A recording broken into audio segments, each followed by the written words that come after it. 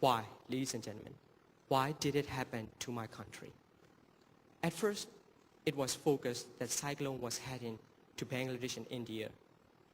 But the lack of mangrove forests, which serve as protection against the cyclone, and drier air, the cyclone changed its route and went into the desert area of Myanmar with its fullest mood. On the night of the cyclone Nargis, I witnessed that so many massive trees are uprooted by the heavy wind. Yangon, the area currently I'm living, is totally in a catastrophic condition. Roads were blocked with massive trees. As a result of it, Yangon summer this year was hotter than usual. Can you imagine walking under the heat up to 40 degrees Celsius with no shades, no trees, and you got dehydrated because of the extreme heat, unable to walk. And currently in Yangon, we're in rainy season, and there's much less rain than before. Well, ladies and gentlemen, what can we do in such kind of situation? What can I do as a youth? I'm currently working on a tree planting project. My aim is to plant around 1,000 trees in Yangon and in area where Nargis cyclone has uprooted so many massive trees. And guess what? I can plant 100 trees within a day with 10 members of my team. And it just costs $150 to plant 200 trees in my country. But, ladies and gentlemen, this is only a buffer.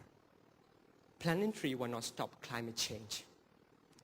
Tree can help protect us in short term. But with the increasing intensity of climate change, they will not soon be enough. Again, this is only a buffer. This is not a permanent solution. We, young people, are the foot soldier on the war against climate change. And we are doing everything we can because we know what will happen if we don't. Therefore, as the generals on the war against climate change, you all need to step up. Come, fill the boots that we had laid in front of you. Thank you very much.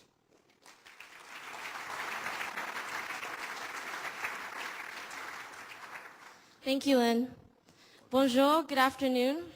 My name is Lauren Law, and I live on the coast of Canada in Vancouver, British Columbia. So much beauty surrounds me. Let me tell you, on one side lies the cool blue waters of the Pacific Ocean, and on the other, the Rocky Mountains tower overhead. But you know, not every Canadian gets to experience such beauty or are aware of it, especially in the industrialized inner city community which I live in. For many, a block walk to the supermarket is the great outdoors. And I want to try something with you guys. If I could ask you guys all to join with me and close your eyes, and so I can share with you an experience I had. When I say close your eyes, I mean close your eyes. Take the risk. I'm not going to bite. Okay, imagine this. You walk out of your front door and cars whiz by. People are in a rush to get from place to place. Trucks rumble past you and black smoke bursts out of their exhaust pipe, filling the air with a suffocating smell. And up ahead you see someone walking their dog, except they're not walking. A man sits atop of a motorcycle, holding onto the dog leash, making round after round after round in a parking lot. This was walking the dog. That was the tipping point for me. Now you may open your eyes. I speak from the perspective of a first world country. I could not believe that this person had become so removed they could sit on a motorcycle, pollute our air while walking their dog. This is what we do with the luxuries of a developed nation. We have the resources, we have the financial ability to reduce our impact on this planet, yet the choices we make is to pollute and continue to add to the effects of climate change. And a lot of this is rooted in where Canada's population is condensed, which are in urban areas.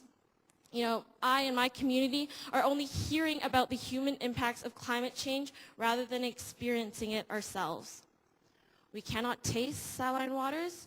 We do not feel the parched land beneath our feet, which many of the youth who sit before you experience. The only way I and my community are connected to their stories and their experiences is through hearing it through the news. People hear about it, but who even knows if they're listening? We need to spark a paradigm shift in people. You know, a lot of today's campaigns are focused on laying down statistics, laying out facts, telling people what to do. Turn your lights off, don't leave your tap running, no idling. And ultimately, environmental action becomes a chore.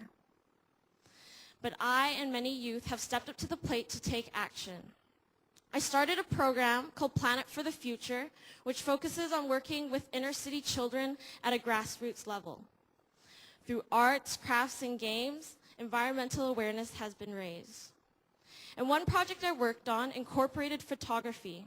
With a friend, we taught about 60 children basic photography skills, and then we took them on nature walks where they photographed plants, animals, and trees. And then on the back of the photo, I asked them, what is your wish for a healthy planet? What is my wish for a healthy planet? I wish to engage a broader diversity of people to reach out to those who would not otherwise get the chance to learn about climate change. And to do this, I need support from you guys. You know, imagine if I and other youth like me had the funding to teach or train maybe about 10 people a month to run these sessions, and then they would reach out to 60 other youth or children. And then those 60 may go reach out to others. And then we have this exponential growth where maybe every Canadian has had some experience that has connected them to the realities of climate change. Then maybe people will begin to support our governments in making those changes we need to see so desperately. This is my wish for a healthy planet. Now let me ask you, what is your wish, and what are you going to do to make it happen? Thank you. Merci beaucoup.